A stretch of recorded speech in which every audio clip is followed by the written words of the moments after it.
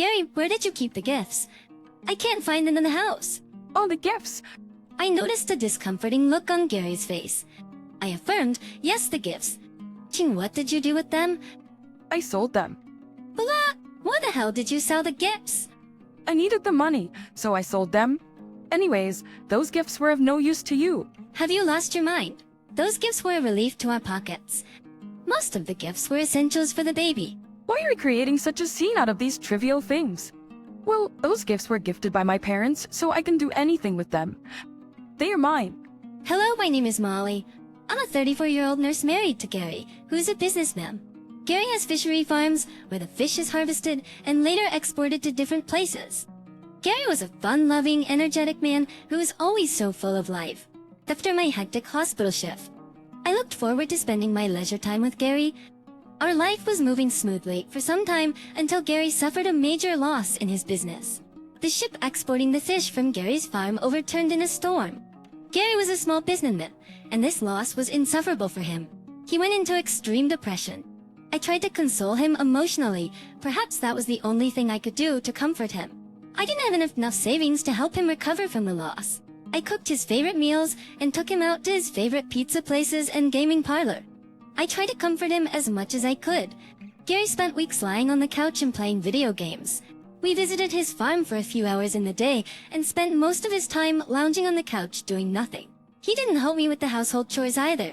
It was difficult for me to manage the household chores after my stressful shift at the hospital. Being a nurse, I have to extend my shifts and sometimes work night shifts as well, even on the days when I worked overtime. I cooked meals, cleaned the house, and did other household chores before calling it a day. Gary wouldn't bother to even clean his plates. To be honest, I was annoyed at this sight after a while. I might sound harsh, but these challenges were a part of business, and people dealing in these businesses should be aware of all of the consequences.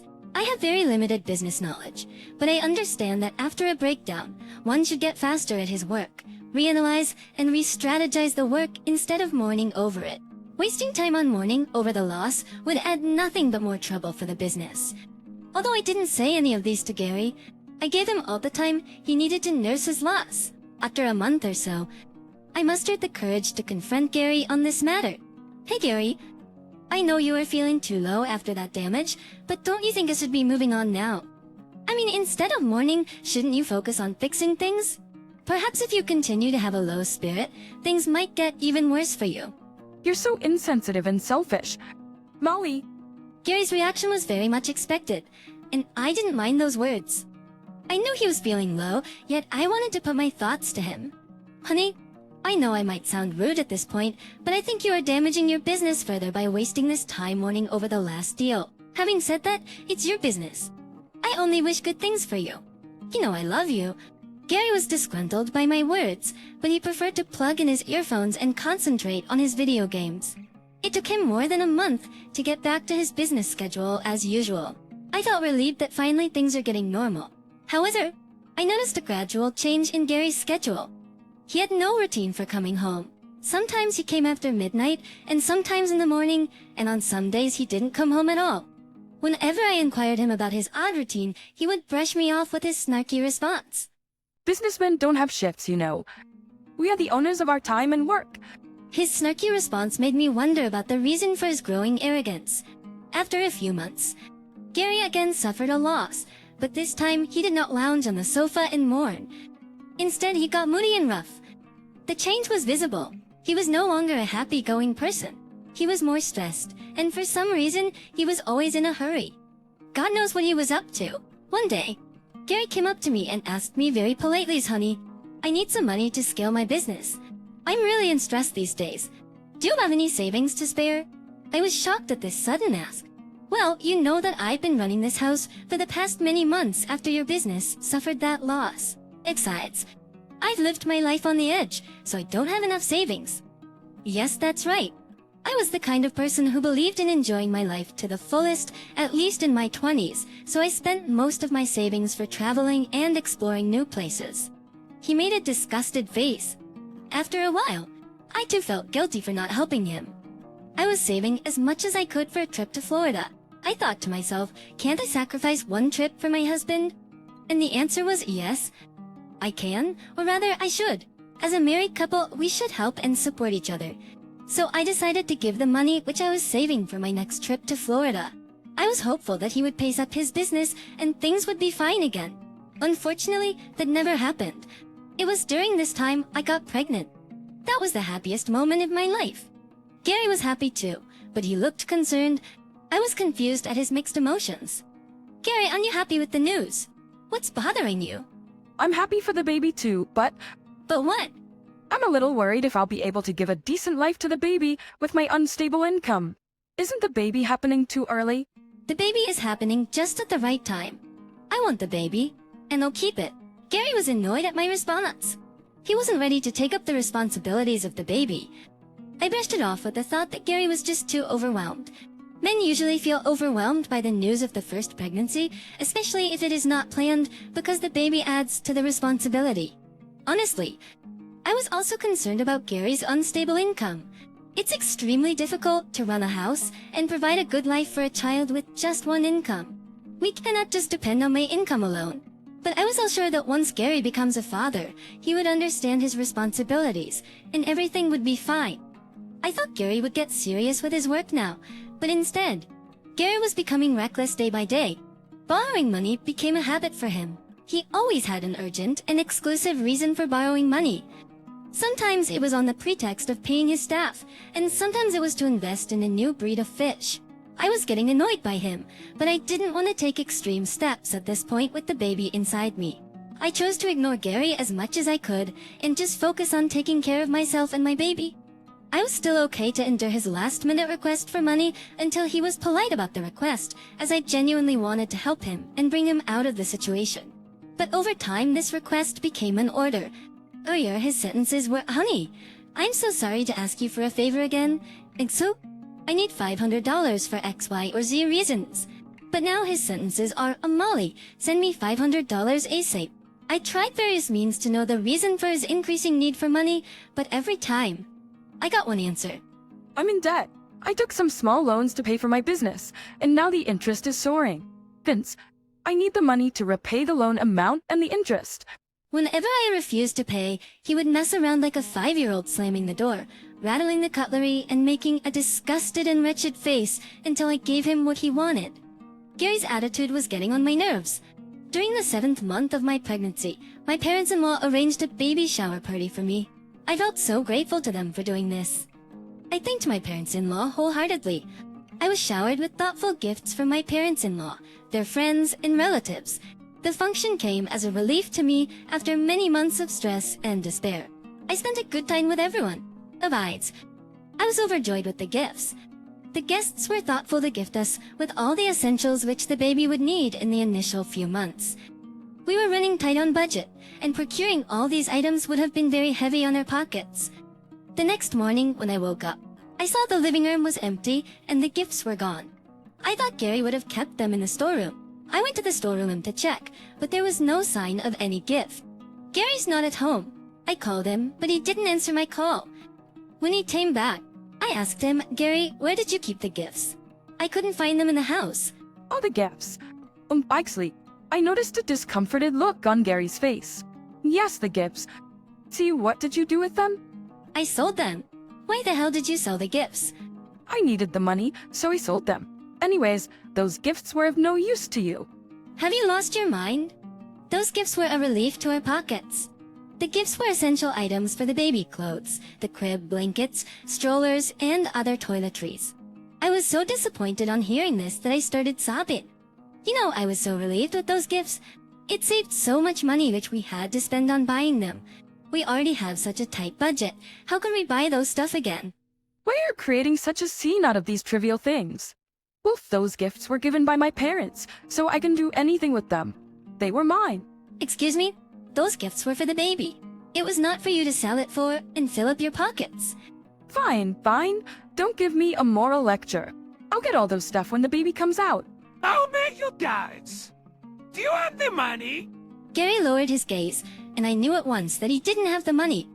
I rolled my eyes and said, "Give me the money you got after selling the gifts." I didn't have that. I asked him with a strict voice, "What did you do with the money?" I used the money in my business. What the hell? Darren, He immediately snapped at me, "Oh please, don't start your preachings again. I'm done with you. You're a sad woman who needs an opportunity to cry over every minor inconvenience." I was infuriated at his words. Gary crossed all his limits, and I couldn't control my rage. "What the hell are you up to? You don't contribute any money to the household expenses. You barely do any household chores. You're surviving on my income. On top of that, you dare to say such words to me. Instead of helping me, you are adding to my problems." If you have so many problems with me, why don't you leave me? At least I'll be able to live peacefully in my house. "I feel suffocated to be around you. You disgust me." I had energy left to argue with Gary. He was getting unreasonable. I bit my tongue and went into my room, slamming the door behind me. I knew something was wrong with Gary. I suspected him of having an affair and that he was spending the money on his mistress. I decided to dig up the information. That night, I jinxed Gary's soup with a little sedative, which was just enough to put him into a deep slumber. After I ensured that Gary was in deep slumber, I unlocked his phone using his fingerprints. He was in deep sleep to be woken up by this. I scavenged his phone carefully, going through all the emails and chat messages. After an hour of investigation, I found the missing piece of the puzzle which solved the mystery. I was anticipating messages and photos of Gary's mistress, but what I found was far more troublesome than an affair. Gary got into illegal drug activity. Yes, I was shocked too. All this started after he incurred the first loss. But to make up for the loss, he took up the illegal task of exporting the drugs through his fish. People who are into fishing businesses know that illegal drugs are transported from one place to another in fish and meats through the cargo. I was unaware of this business. Drugs? Seriously? The email revealed that Gary was reluctant to get into this activity at first, but he was tempted into this for some quick bucks. The dealers lured him as a fix to his loss-making business. Gary started it as a one-time activity and a quick fix to recover his business from the loss. That's for needless to say, quick money is more addictive than drugs. Eventually, he got more and more involved in this. He started enjoying the illegal business and easy money. This was the reason for his sudden arrogance. Illegal business is a slippery slope, and Gary, too, slipped towards his downfall. It took him down in no time. The second loss which Gary suffered was bigger and more horrendous. The second time, when the ship overturned, not only the fish but the drugs too were engulfed by the ocean waves. The drug dealers were torturing Gary to pay for the losses, as it was Gary's responsibility to transport it safely. I figured out all this information from the conversation Gary had with the dealer. I could no longer stay with a criminal. Besides, I'm a nurse, and I've witnessed the suffering of people because of drug abuse. It is morally and ethically wrong. I collected all the evidence required to prove my case, cleaned all the history of tampering, and kept his phone back. I couldn't sleep for the rest of the night. The next morning, while Gary was still asleep, I packed my bags and left the house. I went to my colleague's house and narrated everything. She was my trustworthy friend. I was too scared to lodge a police complaint by myself. I was worried that the evidence I collected from Gary's phone would take down a lot of people along with him. So if he or any of his acquaintances get to know that it was me who has exposed them, then I might get into serious trouble. My colleague had a cousin who was a lawyer. She called him up, and he was there at her house in no time. The lawyer suggested that I can provide all these details to the police anonymously.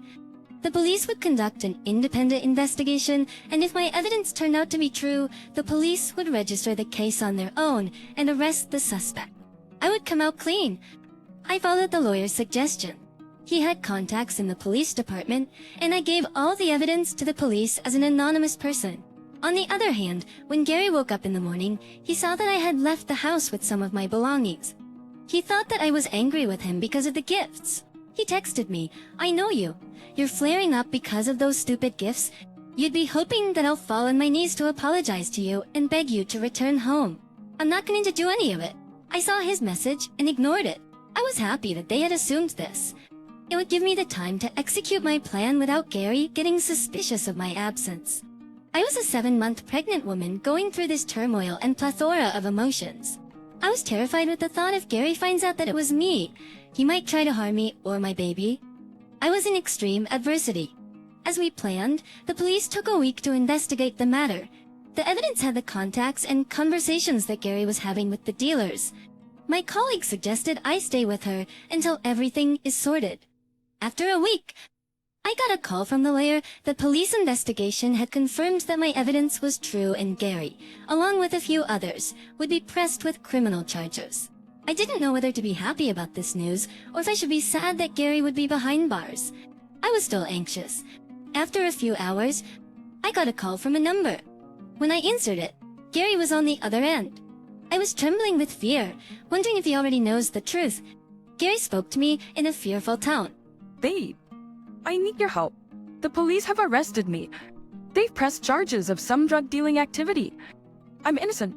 I know you are still angry with me for that gift thing, but please help me now. Get me bail and a lawyer.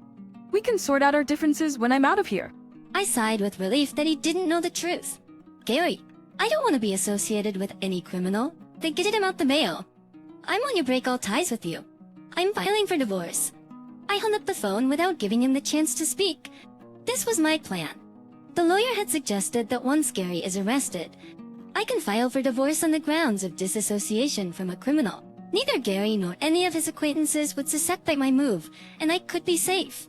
The news of Gary's arrest reached his parents. After I denied the help, Gary called up his parents, and they too refused to help him, stating that it would damage their reputation if they support a criminal. This made my plan easier. I filed for the divorce, and it was settled smoothly. Years passed since that incident. I gave birth to a gorgeous baby girl. When I look back to those times, I pat myself for following my instinct and sleuthing on Gary. Had I not done that, Gary would have still sucked on my money like a parasite, or God knows, he might have harmed me or my baby. These criminals have no morals. The fact that it was me who was given all the evidence to the police remained a secret between me, my colleague, and the lawyer. I'm living with my parents for the time being until the baby grows up. Gary's parents are helping me with the child support until he's out, which I doubt to be anytime soon. Quick money could be an easy way out, but more often than not, it leads to a slippery slope of adversity and crime.